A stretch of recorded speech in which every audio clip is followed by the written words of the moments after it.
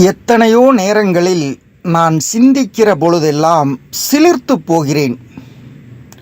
ஒரு வரி, ஒற்றை வரியில் ஒரு சமூகத்தின் பண்பாட்டை தூக்கி நிறுத்துகிறது அருணகிரிநாதரின் சிந்தனை.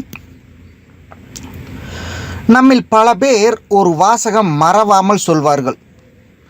அனாதைகளை பார்க்கிற போது, அகதிகளை பார்க்கிற பொழுது, நோயுற்றவர்களை பார்க்கிற பொழுது, துயருற்றவர்களை பார்க்கிற பொழுது ஏதாவது செய்ய வேண்டும் என்று தானப்பா நினைக்கிறேன், ஆனால் செய்வதற்குத்தான் ஒன்றுமில்லை. இது எஸ்கேபிசம், தப்பிச் செல்லுகிற மனோநிலை. ஆனால் இதை புரிந்து வைத்து கொண்டுதான் அருணகிரிநாதர் சொன்னார், நீங்கள் உங்கள் வாழ்க்கையை அர்த்தமுள்ளதாக்க வேண்டும். மனித வாழ்க்கை என்பது மகத்துவம் மிக்கது என்று நாம் தான் சொல்லிக் கொண்டிருக்கிறோம்.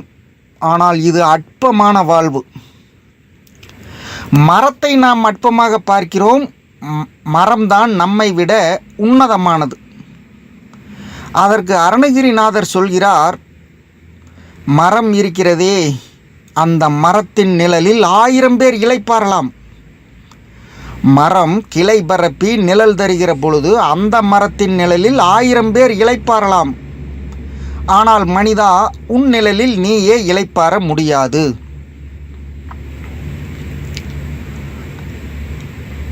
அதற்கு அருணகிரிநாதர் அழகாக சொல்கிறார், வெய்யிற்கு ஒதுங்க உதவா உடம்பின் வெறுநிழல். வெய்யிற்கு ஒதுங்க உதவா உடம்பின் வெறுநிழல். வெயில் அடிக்கிறது, வெம்மை தாழாமல் கால்கள் புண்ணாகிறது. தகிக்கும் வெயிலிலிருந்து விடைபெற்று நிழலில் இளைப்பாற வேண்டும் என்று கருதுகிற நான் என் நிழலில் என்னால் நிற்க முடியுமா? முடியாது. ஆனால் மரம் 1000 பேருக்கு நிழல் தந்து கொண்டிருக்கிறது. மனிதன் தனக்கே நிழல் தர முடியாமல் தவித்து கொண்டிருக்கிறான். இதுதான் உன் வாழ்க்கை.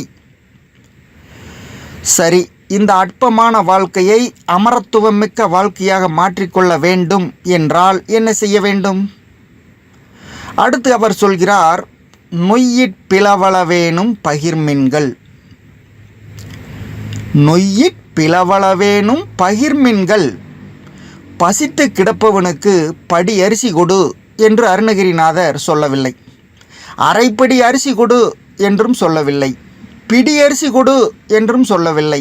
ஆளாக்கு அரிசி கொடு என்றும் சொல்லவில்லை. ஒரு அரிசி கொடு என்றும் சொல்லவில்லை. அரிசி முழுவதையும் சலித்த பிறகு எஞ்சி கிடக்கிறதே நொய், அந்த நொய்யை அடுத்தவனுக்கு கொடு என்றும் சொல்லவில்லை.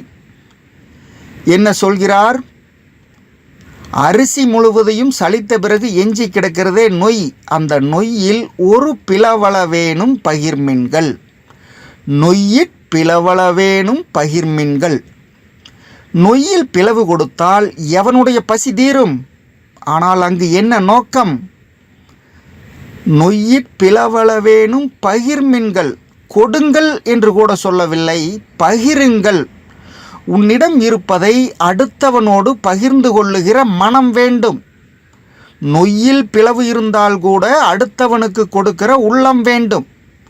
இயற்கையினுடைய அமைப்பிலேயே மனிதன் அடுத்தவனுக்காக வாழ பிறந்தவன் என்பதுதான் நம்முடைய அவதாரத்தின் அடிப்படை இரகசியமே.